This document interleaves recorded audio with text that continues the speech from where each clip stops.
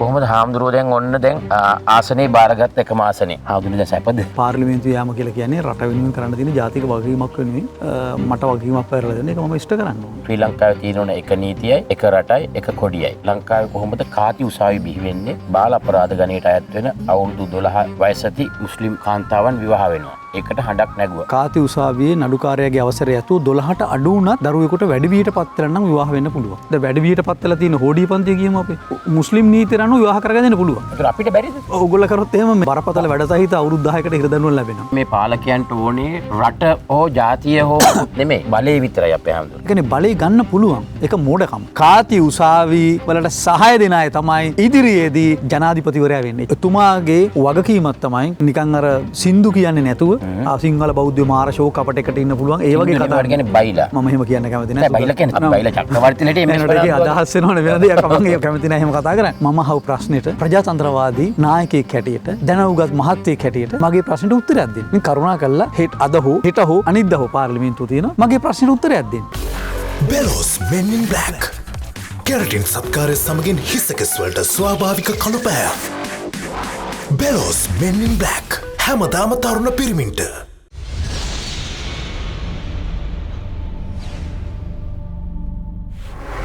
අයිබෝන් සුපුරුදු වැඩසටහන ටෝක් විත් සුදත්ත.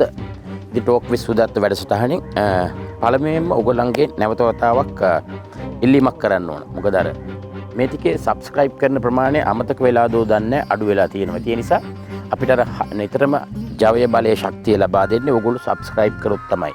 channel එක ඉහළට ඇවිල්ලා අපිට විවිධාකාරයේ වැඩසටහන් කරන්න පුළුවන්. ඒ හයිය ලැබෙන්නේ ඕගොල්ලෝ සබ්ස්ක්‍රයිබ් කළොත් තමයි. ඒ නිසා ආරාධනා කරනවා ආදරණීය ලෙස සබ්ස්ක්‍රයිබ් කරන්න.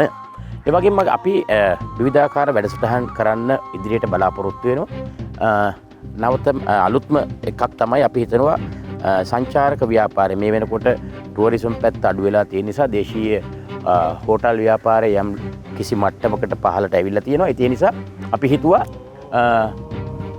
ට්‍රැවල් ප්‍රෝග්‍රෑම් එකක්.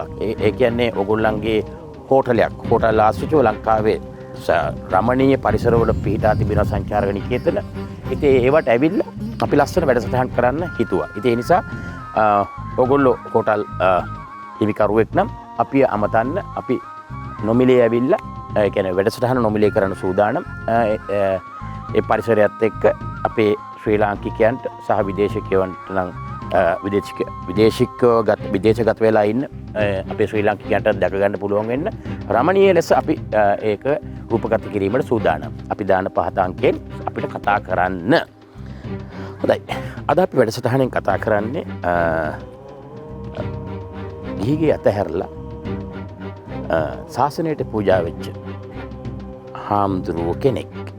මම මේ කියන හාමුදුරුවෝ ගිහිගේ අතහැරලා ශාසනයට ගිහිල්ලා මේ වෙනකොට එකම එක ජාතික ලැයිස්තු ආසනයෙන් පාර්ලිමේන්තුවට සැපත් වුණා. වැඩම කරා.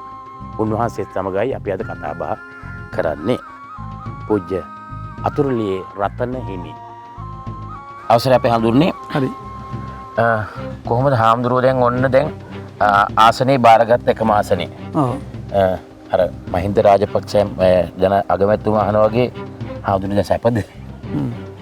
සාමාන්‍ය වචන ඇහුවේ මේ නායකතුමා කියපු වචනයක් ඇහුවේ. නෑ ඒක ප්‍රශ්නේ නෑ කවුරු කිව්වත් ඒක සැප කියන එක නරක වචනයක් නෙවෙයි. ඉතින් සැපද දුකද කියලා එකක් නෑ. මම ජීවත් වෙන්නේ සමාජ අරමුණක් වෙනුවෙන්. ඉතින් ඒ අරමුණ තුළ සැපත් වෙනවා දුකත් වෙනවා. ඒ කොයි කාවත් මට ඒක එහෙම අමුතුවෙන් එකට පසුතැවෙන්නවත් අරකින් මේ සැපතක් තියනවා කියලා උජාරු වෙන්නවත් එහෙම එකක් නෑ. ඉතින් පාර්ලිමේන්තුවේ යාම කියලා කියන්නේ රට වෙනුවෙන් කරන්න තියෙන ජාතික වගකීමක් වෙනුවෙන් මට වගකීමක් පැරලා දෙන්න ඒක මම ඉෂ්ට කරන්න ඕනේ. හරි. දැන් ගිහිල්ලා ඔන්න හඬ අවදි කරා.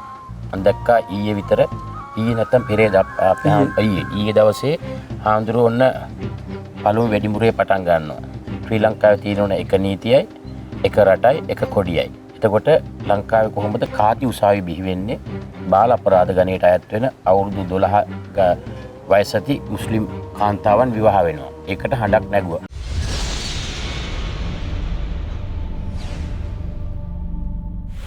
නායකතුමනි අද විශේෂයෙන් 27.2 යටතේ මේ ප්‍රකාශය කරන්න ඉඩ ලබා දීම ගැන මම ඔබතුමාට ස්තුතිවන්ත වෙනවා.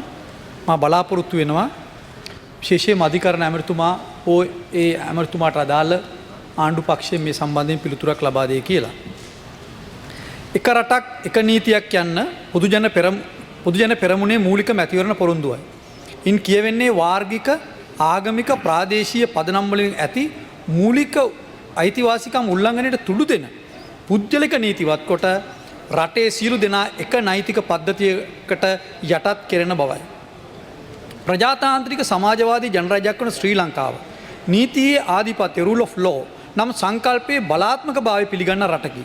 ඒ අනුව පාලක පාලිත සියලු දෙනාට ඉහළින් නීතිය ක්‍රියාත්මක වේ. ලංකා ආණ්ඩුක්‍රම ව්‍යවස්ථාවේ මූලික අයිතිවාසිකම් පරිච්ඡේදය 12 වගන්තියෙන් නීතියේ ආධිපත්‍ය ප්‍රකාශිතවම පිළිගැනේ. මුස්ලිම් විවාහ නීතිය යටතේ ක්‍රියාත්මක වන්නේ මහමත් නබිතුමාට ක්‍රිස්තු වර්ෂ 571 දෙවියන් වහන්සේ විසින් ලබා දුන් පණිවිඩය මත පදනම් වූ නීති පද්ධතියකි. කුරානයේ සඳහන් මෙම නීතිය පිළිබඳව මුස්ලිම් ලෝකයේ තුලද එකඟතාවයක් නැත. මුස්ලිම් ජනතාව බහුතරයක් ජීවත් වන බොහෝ රටවලද මේ නීති ක්‍රියාත්මක වන්නේ නැත. මේ පිළිබඳ ඇමරිතුමා දැනුවත්ව ඇතැයි සිතමි. ශ්‍රී ලංකාවේ 10%කට ආසන්න මුස්ලිම් ජනතාවක් ජීවත් වන අතර ඒ අයට විවාහය හා ඒ ආශ්‍රිත නඩු සඳහා අධිකරණ ක්‍රමයක් ක්‍රියාත්මක වන්නේ මුස්ලිම් විවාහ දික්කසාද නීති යටතේය. කාති උසාවි නමින් ක්‍රියාත්මක වන උසාවි පද්ධතියට නඩුකාරවරුන් පත් කරන්නේ හා වැටුප් ගවන්නේ අධිකරණ අමාත්‍යාංශයේ යටතේය. නමුත් මෙම විවාහ නීතිය පිළිබඳ අධිකරණ කොමිෂන් සභාවට කිසිම දැනුමක් ඇත්තේද? මුස්ලිම් පුරුෂයන් වෙනත් ආගමිකයන් එනම් බෞද්ධ හින්දු හෝ ක්‍රිස්තියානි කෙනෙකු හා විවාහ වූ පසු 99%ක්ම එම පිරිස මුස්ලිම් ආගම වැළඳගත යුතුය. ඉන් පසු මුස්ලිම් විවාහ නීතිය යටතේ ජීවත් විය යුතුය. යම් විටක එම වෙනත් ආගම කෙනෙකු දික්කසාද වන විට එම අන්‍ය ආගමිකයන්ට පවා තමන් වැළඳගත් ආගම යලි වැළඳගෙන හෝ සාමාන්‍ය අධිකරණයට යාමට පැමිණ සාධාරණත්වයක් ලබා ගැනීමට ඉඩක් නොමැති බව ගරු ඇමතිතුමා දන්නේද? ඒ කියන්නේ හින්දු සිංහල බෞද්ධ කෙනෙක් විවාහ වුණොත් එයා පස්සේ කියනවා මට අධිකරණයට ගිහලා ප්‍රශ්න විසඳ ගන්න ඕනේ කියලා. ඒ කියපු හැම වෙලාවෙම කාති උසාවියෙන් විසඳ ගන්න කියලා තමයි කියලා තියෙන්නේ. නීතිය පසඳලීම හා ක්‍රියාත්මක කිරීමද නීතිය රැකවරණයද සර්ව සාධාරණ විය යුත්තේය. එමෙන්ම ලංකා ආණ්ඩුක්‍රම ව්‍යවස්ථාවේ මූලික අයිතිවාසිකම් පරිච්ඡේදය 12 වගන්තියේ මෙසේ කියවේ. කිසියම් පුරවැසියෙකු වර්ගය, භාෂාව, ආගම, කුලය, ස්ත්‍රී පුරුෂ ભેදය, දේශපාලන මතය හෝ උපන් ස්ථානයේ යන හේතු මත හෝ ඉන් කවර හෝ හේතුවක් මත හෝ වෙනස්කමකට හෝ විශේෂයකට හෝ භාජනය නොවිය යුත්තේය. එනමුත් ලංකාවේ පුද්ගල නීතීන් බලාත්මක කරන්නේ පුරවැසියන් වාර්ගිකත්වය, ආගම උපන් ස්ථානයේ ස්ත්‍රී පුරුෂ භාවය ආදී මත පදනම් වේ. ඒ අනුව විවාහ දික්කසාද නඩත්තු දේපොළ අනුප්‍රාප්තිය දේපොළ අයිතිවාසිකම් දරුකමට හදා වැඩ ගැනීම ආදී සිවිල් නෛතික කටයුතු සම්බන්ධයෙන් එකිනෙකට වෙනස් නීතීන් පැනවෙන පුද්ගල නීතීන් ක්‍රියාත්මකය. මේවායේ වළංගුභාවයේ හේතුවෙන් උක්ත මූලික අයිතිවාසිකම් හා අනෙත් මූලික මානව අයිතිවාසිකම්ද කඩවේ. මේ අනුව ඉතා පැහැදිලි අසාධාරණයන් හා අයුක්තීන් ක්‍රියාත්මක වන බව නිරීක්ෂණය කළ හැක. එනමුත් ආණ්ඩුක්‍රම ව්‍යවස්ථාවේ මූලික අයිතිවාසිකම් පරිච්ඡේදයේ 16 වගන්තිය මගින් මූලික අයිතිවාසිකම් කඩවන්නා වූ ලිඛිත අලිඛිත නීතීන්ගේ බලාත්මක භාවයද පිළිගෙන තිබේ. ඒ හේතුවෙන් අධිකරණ හා මේ අයුක්තියට හා අසාධාරණයට එරෙහිව කිසිදු ප්‍රතිකර්මයක් කරගත නොහැකි තත්ත්වයක් පවතී. මේ අනුව මේ උත්තරීතර පාර්ලිමේන්තුව හරහා මේ නෛතික තත්ත්වය වෙනස් කරගත යුතු ඇත. එක රටක් එක නීතියක් යටතේ බහුතර ජනතාවක් ඡන්දය දුන්නේ මේ ආණ්ඩුවට ඒ නිසාය. කාති උසාවිය මගින් 12 වගන්තිය යටතේ මූලික අයිතිවාසිකම් උල්ලංඝනය වන බව ගරු අමාත්‍යතුමා පිළිගන්නේද? ඒවා ඉවත් කිරීමට පියවර ගන්නේද? විවාහයක් සිදුවීමට දෙදෙනෙකු අතර එකඟතාවයක් තිබිය යුතු බව සම්මත ශිෂ්ට ලෝකයම පිළිගෙන ඇත. ගරු කතානායකතුමනි, විවාහයක් යනු දෙන්නෙක් අතර එකඟතාවයක් මිසක් සහෝදරයෙක් හෝ අම්මා තාත්තාගේ එකඟතාවයක් නොවේ. නමුත් මේ කාති උසාවිය මගින් පිළිගන්නේ අර කුරාණයේ තියෙන වගන්ති. එහෙත් මුස්ලිම් විවාහ නීතිය යටතේ පුරුෂයෙකු හා කාන්තාවක් විවාහ වීමේදී කාන්තාවගේ කැමැත්ත අවශ්‍ය නැත. මෙවැනි පුරුෂාධිපත්‍යයක් සහිත ආචීර්ණ කල්පිත නීති පවත්වාගෙන යාමට ඔබතුමාගේ අමාත්‍යංශය යටතේ තවදුරටත් කටයුතු කරන්නේද? කොටින්ම විවාහ සහතිකයේ අත්සන් කිරීමටවත් විවාහ වන කාන්තාවට අයිතිවාසිකමක් නොමැත. මුස්ලිම් නීතිය මගින් විශේෂයෙන්ම කාන්තා අයිතිවාසිකම් උල්ලංඝනය වෙන බව ගරු ඇමතිතුමා පිළිගන්නේද? මුස්ලිම් නීතිය නිසා ළමා අයිතිවාසිකම් උල්ලංඝනය බව අපගේ අදහසයි. අවුරුදු 12ට අඩු දැරියන් පවා කාතිවරයාගේ අවසරය ඇතිව සහ 12ට වැඩි නම් කාති අවසරය නැතුව වැඩිහිටි පිරිමින්ට විවාහ කර දිය හැකිය. මේ තත්ත්වය වෙනස් කිරීමට පියවර ගන්නේද? විවාහ ලියාපදිංචි කිරීමේ ෆෝරමේ මනාලියගේ හා මනාලයේගේ උපන් අවුරුදු සඳහන් නොවීම පිළිබඳ ඔබතුමා දැනුවත්ද? ශ්‍රී ලංකා පුරවැසියන් හට වැඩිහිටි මුස්ලිම් කාන්තාවන් හට විවාහය සඳහා ස්වාධීනත්වයක් නැති බව ඔබතුමා දන්නේද? ඒ කියන්නේ වැඩිහිටි මුස්ලිම් කාන්තාවකට විවාහයක් කරගන්න ඉඩක් නැහැ මේ කාති උසාවිය මගින්. විවාහය සඳහා මනාලියන්ගේ කැමැත්ත අවශ්‍ය නැති බව ඔබතුමා දන්නේද? විවාහ ලියාපදිංචි කිරීමේ ලේඛනවල මනාලියගේ අස්සන ලිවීමේ අවශ්‍ය නොවන බව ඔබතුමා දන්නේද? මුස්ලිම් සමාජයේ බහු විවාහ තුලින් දරුවන් හට බරපතල ප්‍රශ්න ඇති වෙන බව ඔබතුමා දන්නේද? කාති උසාවිවල නඩුකාරයන් හා නීතිඥවරුන් වීමට කාන්තාවන්ට තහනම් බව ඔබතුමා දන්නේද? මුස්ලිම් විවාහ හා නීතිය අදාළ නීති සම්බන්ධයෙන් කටයුතු කරන්නේ අධිකරණ අමාත්‍යංශයේද ජමීතුල්ලා උලමා සංවිධානය යන්න මේ ගරු සභාවට දැනුම් දෙන්නේද? බොහොම ස්තුතියි.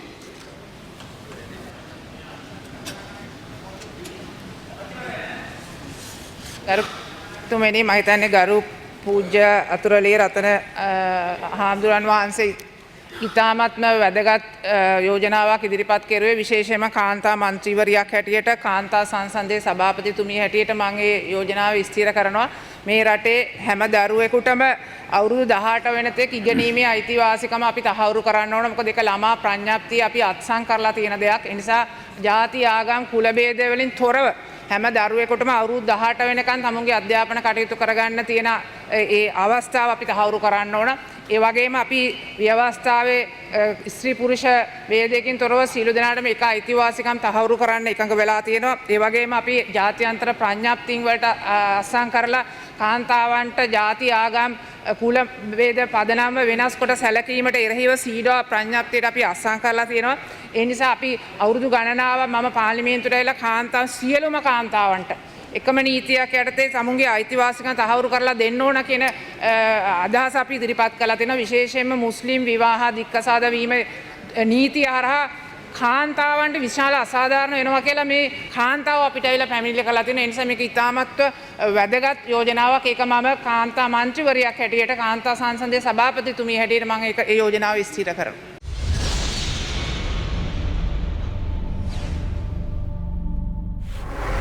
කියන්නකෝ අපේ හඳුනේ මොකක්ද? දැන් මම මගේ ඔබ ප්‍රකාශය අහන්න නැති මේ ප්‍රකාශය තුළ ඉතාම බරපතල තත්ත්වය තමයි කාති උසාවියේ නඩුකාරයාගේ අවසරය ඇතුව 12ට අඩු වුණත් දරුවෙකුට වැඩිවියට පත් වෙලා නම් විවාහ වෙන්න පුළුවන්. සමා වෙන්න 12ට අඩු වුණා. අඩු වුණා. දැන් වැඩිවියට පත් වෙලා තියෙන හෝඩිය පන්තිය කියමු අපේ. ඔව්. ඒත් මුස්ලිම් නීතිය අනුව විවාහ කරගන්න පුළුවන්. ඒක මාර එක රටක් එක නීතියක්. ඒතර අපිට බැරිද ඒක?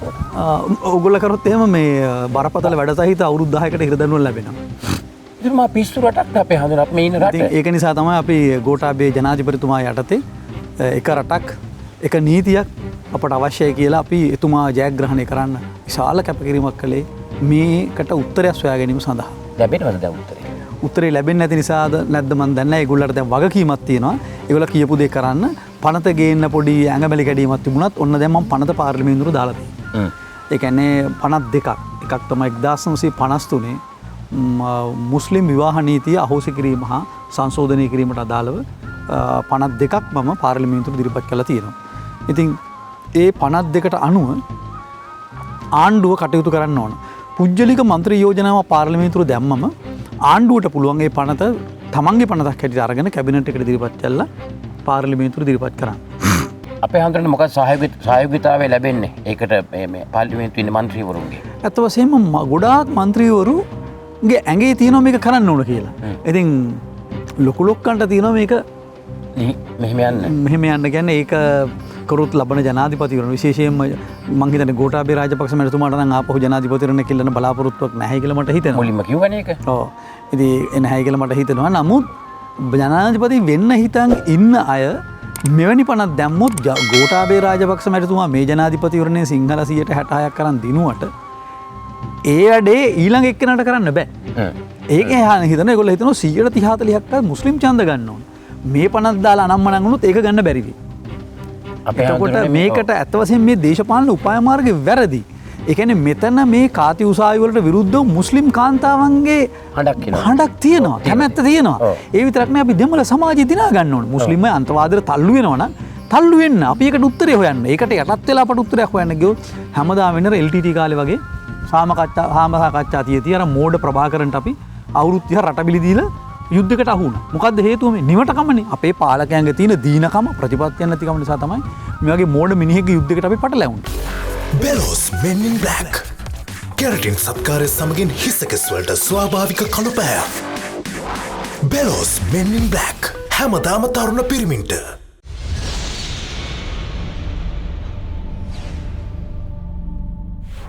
ඒ කියන්නේ මේ මිනිස්සුන්ට ඕනේ මේ පාලකයන්ට ඕනේ රට හෝ ජාතිය හෝ නෙමෙයි බලය විතරයි අපේ හැමෝටම. ඇත්ත වශයෙන්ම මේක තාම සුදත් කිව්වාගේ තාම කනගාටුදායක තත්ත්වයක්. ඒ කියන්නේ බලය ගන්න පුළුවන්. ඒක මෝඩකම. බලය ගන්න පුළුවන් මේ වැඩිත් කළා. අනිවාර්යයෙන්. ඒක මේකට අපි පෙන්වන්න ඕන ඔයගලට බලය ගන්න මේක කරන්න ඕන. මේක නොකරොත් ඔයගලට බලය ගන්න බෑ. ඒ නිසා කාති උසාවි වලට සහාය දෙන අය තමයි ඉදිරියේදී ජනාධිපතිවරයා වෙන්නේ. එච්චරයි අපේ. අපේ හැමෝටම දැන් ඉතින් කාති උසාවි කාති උසාවියට සහයෝගය දෙන නෙසුදත්. අල්සබ් කාති උසාවි අහෝසි කිරීම සම්බන්ධ. ඔව්. දැන් අල්සබ්රි ඉන්නේ අපේ අධිකරණ ඇමති. ඒකට ඔහු මේ ගැන කතාවක්වත් කරන්නේ නැහැ. ඇත්ත වශයෙන්ම ඊයේ මම ප්‍රකාශයක් කරාම සාමාන්‍යයෙන් එකට උත්තරයක් දෙන්න ඕන රජයේ අමාත්‍යවරයා. පාර්ලිමේන්තුවේ මන්ත්‍රීවරයා ප්‍රශ්නයක් ඇහුවම අදාළ අමාත්‍යවරයා උත්තර දී යුතුයි. ඉතින් ඔහු ඊයේ හිටියේ නැහැ පාර්ලිමේන්තුවේ. ඉතින් මේ නිසාම හිටියේ නැද්ද? එහෙම නැත්නම් ඔහු මගහැරියද? අසනීපයක් වුණාද? වෙන මොකක් හරි නිසාද කියලා මම දන්නේ නැහැ. පත්තරේ තියෙනවා බුදුදහමෙන් ලංකාව හොඳට පෝෂණය වෙච්ච රටක් අපිට සියලු ජාතීන් එකට ඉන්න පුළුවන් බුදුදහමත් එක්ක කියලා. ඒ උඩින් කියනවා. නෑ මම හිතන්නේ ඊයේ නාපු එකට හේතුව මගේ ප්‍රශ්න කිරීමට උත්තර දෙන්න වෙන හන්දනාවයි කියලා කියනවා නම් ඒක වෙනම කතාවක්. එහෙම චෝදනාවක් කරන්න මම කැමති නෑ. ඉතින් පුජ්‍යලයක් පාර්ලිමේන්තුවට නෙවෙයි විවිධ හේතු තියෙන්න පුළුවන් නේ. ගමනක් ගියා වෙන්න පුළුවන්, පෞද්ගලික ප්‍රශ්නයක් වෙන්න පුළුවන්, ලෙඩ දුක් වෙන්න පුළුවන්. ඒක මට කියන්න බෑ. ඒ කියන්නේ හාමුදුරුවෝ මෙහෙම එකක් කරනවා කියලා කලින් දන්නවද ඕනම මන්ත්‍රීවරයෙක් මේ වගේ ප්‍රකාශයක් කරන්න කලින් අනිවාර්යයෙන්ම දිනකට කලින් දැනුම් දෙන්න ඕන. මාතෘකාව. එතකොට මම ඒක නිල විදියට දැනුම් දීලා තියෙනවා. කරාරින්නකොට කරාරින්න පුළුවන්. කරාරනකොට කරාරින්නත් පුළුවන් නැත්නම් වෙන හේතුවන් නිසා එන්නත් පුළුවන්. එහෙනම් මට චෝදනාවක් කරන්න බෑ. හැබැයි එතුමාගේ වගකීමක් තමයි නිකන් අර සින්දු කියන්නේ නැතුව සිංහල බෞද්ධ මාර ෂෝක් අපට එකට ඉන්න පුළුවන්. ඒ වගේ කතාවක් කියන්නේ බයිලා. ඔව් මම එහෙම කියන්න කැමති නැහැ. බයිලා කියන්නේ සාද මේ හොඳ අපි බයිලා චක්‍රවර්තිලට මේ අදහස් වෙනවනේ වෙන දෙයක් මම කැමති නැහැ එහෙම කතා කරන්න. ඉතින් ඒක නිසා මම මේ කියන්නේ ඇමරිතුමාට මම අහපු ප්‍රශ්නයට කරුණාකරලා ඔබතුමා ඔච්චර සිංහල බෞද්ධ සංස්කෘතිය ගැන ගරුත්වයක් තියෙනවා නම් ඔබතුමා ජාතික ලයිස්තුවේ ඇවිල්ලා තියෙන්නේ. ඉතින් ඒකත් සිංහල බෞද්ධයන්ගේ බහුතර ඡන්ද ඔබගේ වර්ගයාගේ ඡන්දෙන් නෙවෙයි ඔබ ජාතික පාර්ලිමේන්තුවට එන්නේ. ඒ නිසා ඔබට යුතුයකමක් තියෙනවා මම අහපු ප්‍රශ්නෙට ප්‍රජාතන්ත්‍රවාදී නායකයෙක් හැටියට දැනුගත් මහත්යෙක් හැටියට මගේ ප්‍රශ්නට උත්තරයක් දෙන්න. ඉතින් කරුණාකරලා අද හෝ හෙට හෝ අනිද්දා හෝ පාර්ලිමේන්තුව තියෙනවා මගේ ප්‍රශ්නට උත්තරයක් දෙන්න. එහෙම උත්තරයක් නොදෙනවා නම් ඒක මම දකින්නේ බරපතල අඩුවක් හැටියට. අපේ හැමෝටම සැරින් සැරේ ස්ක්‍රිප්ට් එනවා. එක එක ස්ක්‍රිප්ට් දේශපාලච්ච සූක්ෂම ලෙස එක එක මාතෘකා දානවා රටේ තියෙන ප්‍රශ්න වහගන්න. භූමි දානය කරනවද ආදාහනය කරනවද? දැන් ඒ ටෙලිනාට්‍ය ඉවරයි. කොටස් 60කින් ඉවර කරා එක. මෙගා එකක් හැටියට යනවා පාස්කු ප්‍රහාරය. ඒක ඊළඟ ඩිරෙක්ටර්ටත් අයිති. ඉතින් ඒ නිසා මේ දැන් මේ ඊයේ පෙරේද වෙනකොට අලුත් මේක තමයි විමල් වීරවංශ ආණ්ඩුවට විරුද්ධ වැඩ කිරීම. මේවා අර ප්‍රශ්න යට ගහන්න කරන වැඩ නේද අපේ ආවෝ. මිනිස්සුන්ගේ බඩකින්න වහන්න. මම හිතන්නේ මම එහෙම ඒ වගේ සුදත් හිතනවා නම් ඒක මම දකින්නේ ඕක හරි බාල නිකන් අර බොරුනේ ඔය කියන්නේ. ඔයා ඔය කතා කරන්නේ සෝෂල් මීඩියා වල තියෙනනේ. පාර්ලිමේන්තුවම ගිලෙන්න ඕන ඔක්කොටම කොරෝනා හැදෙන. එහෙමනම් ඇයි රාජපක්ෂ පවුලට 3-2 බලයක් දුන්නේ මිනිස්සු? අඩු ගානේ පාර්ලිමේන්තු මැතිවරණ අපිත් ඉදිරිපත් වුණානේ. එහෙනම් අහුම්කම් දෙන්න එපා. අපි වගේ දැන උගත් අය අපි සමාජයේ අපේ ජන බල පක්ෂයට අපි අභියෝගයක් සමාජයට කළා. එහෙනම් අපි ගම්පහිමන් දිනන්න ඕනනේ. එහෙම වෙන්නේ නැහැ. දැන් බොරුවට කියනවා මේවා මේ ආණ්ඩුවේ වැරදි වහන්න කියලා. ඔහොම නෙවෙයි. ඇත්ත ඇයි අපි දේශපාලනිකව මේක හිතන්න බැරි. මොකද නැගෙනහිර පර්යන්තයට විරුද්ධව විමල් වීරවංශ පැහැදිලිව කතා කරා. ඒක ලොකු ඇයි ඒ වගේ බරපතල දේශපාලන කතිකාවතක් ඔය වගේ හැල්ලුවට ලක් කරන්නේ? නෑ මම අහන්නේ මේ මිනිස්සු නෑ අහන්නේ ඔය අහන්නේ වාගේ අදහස නෙවෙයි ජනතාව. ජනතාව මම කතා ඒක තමයි මේ ජනතාවට තමයි මම කියන්නේ. ඔයාට අවසර අපේ හඳුන. සුදත්ට කියන්න ඕන මම. ජනතාව මෙතන නෑනේ. ඉතින් සුදත් මම කියන්නේ ඔය වගේ මහජනයා තුර ඔන්න වගේ පොඩි සරල සමීකරණ තියෙනවා. සමාජ ජාලාවල ඉන්න තරුණයන්ට මම කියනවා මේක ගැඹුරින් අපි තේරුම් ගමු. විශේෂයෙන් මේ සමාජ ජාලාවල ඉන්න තරුණ පරම්පරාව ප්‍රශ්නේ හරියට දැනගත්තොත් ඒගොල්ලන්ට පුළුවන් පාලක වෙලවන්න. ඒගොල්ලන්ට හයිය තියෙනවා. අපේ වගකීම තමයි ඒගොල්ලෝ දැනුවත් කියන එක. ඇත්තම මේක සිද්ධ වෙන්නේ ඇයි? මෙතන තියෙන ප්‍රශ්නය අපි දන්නවා දෙවන ලෝක යුද්ධය 1940 ගණන් වල ඇතුළේ. ඔක තීරණාත්මකුනේ 44 47 43 45 නේ. ඉතින් අපි අහිංසක මිනිස්සු පිස්සන් කුඩරත් බෝම්බ දැම්මා. අද මේ තියෙන හැම ප්‍රශ්නයක්ම අන්තර්ජාතික ප්‍රශ්නයක්. අපි චීන වරාය හම්බන්තොටට දා දෙනකොට හම්බන්තොට වරාය චීනට දෙනකොට අපි කිව්වා මේක ඉන්දියාව කලබල වෙන තීන්දුව. මේක හොඳටම දන්න. දැන් ඒක හන්ද ඒක හිලව්වට ඒගොල්ලෝ ඉල්ලනවා නැගෙනහිර ජැටි. බටහිර පාලු. එතකොට ඊට කලින් දකුණ දුන්න චීනයට රට දන්නෙත් නැහැ. දැන් කවුරුව කතා කරන්නේ නැහැ නේ. 85ක් අපි දීලා කියලා කවුරුව කතා කරන්නේ. කතා කරන්නේ නැහැ. මතකත් නැහැ. එතකොට අපි මෙන්න මේ වගේ අපේ රටේ ජාතික සම්පත් වරාය කියන්නේ ජාතික සම්පත්. වරාය කියන්නේ ජාතික සම්පත්. එතකොට ඒ ජාතික සම්පත් ටික අපි විකුණලා නම් ජීවත් වෙන්නේ ඒක මම දකින්නේ නැහැ එතන රාජ්‍ය නායකයෙක් ඉන්නවා කියලා. ඒක පාලකේ මොකටද විකුණේ කොට කන්න නම්? ඔව්. ඉතින් සාමාන්‍යයෙන් ඔයා ගිව කරන්නේ බේබද්දුනේ. ඔව්. ගේ තින පුටු අය ඇඳයි නෝනගේ කරාබු දෙකයි විකුණන. ඒක තැනටපත් බේබදු ගතියටපත් වෙලා සූදු කෙනෙක් නෑ බේබදු. ඉතින් අපේ ඇයට වෙලා තියෙන්නේ මේ දේශපාලන සූදුව තුල මේගොල්ල අසරණ වෙලා ඉන්නේ. සූදු කෙල්ල අපේ හාමුදුරුවනේ දැන් තමයි අසරණ භාවයට පත් වෙලා ඉන්නේ. කරගන්න දෙයක් නෑ. ඉන්දියාව දැන් ප්‍රබල ලෙස කියනවා. දීපං අපේ ණය ඉක්මනට. නේ? ඒ කියන්නේ ටොක්ක්ක් කන්නේ ලෑස්ති වෙන. අපි පරිප්පු කාපු જાතියද මතකනේ අපේ හාමුදුරුවෝ උඩින් දැම්මේ ජේ.ආර්.ගේ කාලේ. ඉතින් ඒ නිසා ඒ තැනට පත් කරේ කොඳුනාරටේ බින්දේ කවුද මේ අවුරුදු 73ක් මේ පාපතර දේශපාලච්චෝ නෙමෙයිද? ඒකට කියන්න තියෙන්නේ ඒ තීන්දුව ඔයා දේශපාලනඥයන්ට දෙනවා. ජනප්‍රිය සටන් පාටියන්නේ. මම පරිපාලකයන්ට දෙනවා. මම දෙනවා ඒක ජනතාවට. ඔක්කොම කාපල්ලා ඇති. ජනතාවට තමයි අපි ජනතාව තමයි මේ තීන්දුව ගන්න. අපේ පාලකයෝ පත් කරන්නේ කවුද? ජනතාව. ජනතාවනේ වගේ. අපේ හාමුදුරනේ මමත් වේදිකාවල ගිය මිනිස්සු 2005 ඉඳලා වේදිකාවේ මමත් කතා කරලා තියෙනවා. අර මඩගොඩේ වැස්සේ අවුවේ ඉන්න ජනතාවට කියනවානේ බේගල් මවනවානේ මෙහෙම දෙයක්. සුදත්. අන්න එතන තමයි තන සුදත්. ඒ බේගල් වලට එහා පැත්තට හිතන්න මිනිස්සු පෙළඹවීම තමයි රතන හාමුදුරුවන්ගේ සහ ඔබේ වගකීම. ඒ කියන්නේ මිනිස්සු අපි කියන මූණේ හැටියට නාහි කියලා. මිනිස්සුන්ගේ තියෙන දුර්වලකමේ හැටියට තමයි දුර්වල නායකයෝ වෙන්නේ. මිනිස්සුම ගොන් කරලා තියෙන්නේ අපේ හාමුදුරුවනේ. නෑ ගොන් කරලා කියලා කාටවත් කියන්න බෑ. අපේ වගකීම තමයි මිනිස්සු ගොන් වෙලා නම් ඒකෙන් නිදහස් කරගන්න. ඒක හරි. ඒක නෑ. ලේසි පහසු කාර්යයක්ද? නෑ. ඒක ඒ අමාරු දෙන්නේ අපි කරන්න ඕනේ. ලේසි පහසු දෙයක් කරන්න කවට්ටි ඉන්නෝනේ ඕන තරම්. මාධ්‍ය කියන එක ප්‍රබලයිනේ මිනිසුන්ගේ. දැන් ඒක තමයි. මම හිතන්නේ සමාජ ජාලා දැන් සුදත්ගේ මාධ්‍යත් බලනවනේ කට්ටිය ගොඩක්. එතකොට අපි මේ වගේ සුදත්ලා වගේ නිදහසේ හිතන අයගේ ඒ ශක්තිය බලවත් කිරීමෙන් තමයි උත්තරේ එන්නේ. Bellows Men in Black. කැරටින් සත්කාරය සමගින් හිසකෙස් වලට ස්වාභාවික කළුපෑ. Bellows Men in Black. හැමදාම තරුණ පිරිමින්ට.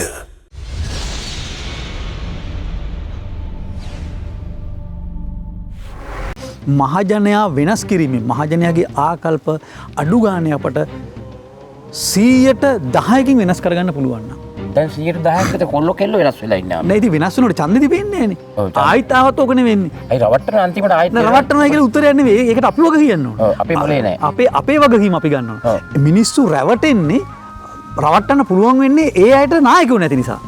ඉතින් ඒකට වග කියන්න ඕන සුදුතුයි මමයි වගේ අය. ඒ කියන්නේ අපි එවැනි සංවිධානයක් ගොඩනගලා නැහැ. මිනිස්සු හරියට දැනුවත් කරලා නැහැ. ඒක හන්ද ඉදිරි අවුරුදු 5 අපේ වගකීම තමයි මහජනයා තුල සංවිධානාත්මක ශක්තියක් ගොඩනගන එක. ඒ 110ක් හිතන්න පුළුවන් ජනතාවට පේන දේශපාලන පෞරුෂයක් හදන එක. ඒක තමයි අපේ වගකීම. එක එක්කෙනාට වල්ග වෙලා ගිහිල්ලා අපිට කවදාවත් විමුක්තිය ලැබෙන්නේ නැහැ. ඒක අපිත් තේරුම් ගන්න. අපිත් බැරි කමට නේ අපි අලුත් ව්‍යාපාර හදන්න හිතුවට මේ පාරත් හිතුවා ආරම්භෙදිත් හිතුවා බැරි වුණාම අපි මේගොල්ලන්ට උදව් කරා. අපේ හඳුර ආසන 10ක් බලාපොරොත්තු වුණා. ඔව්.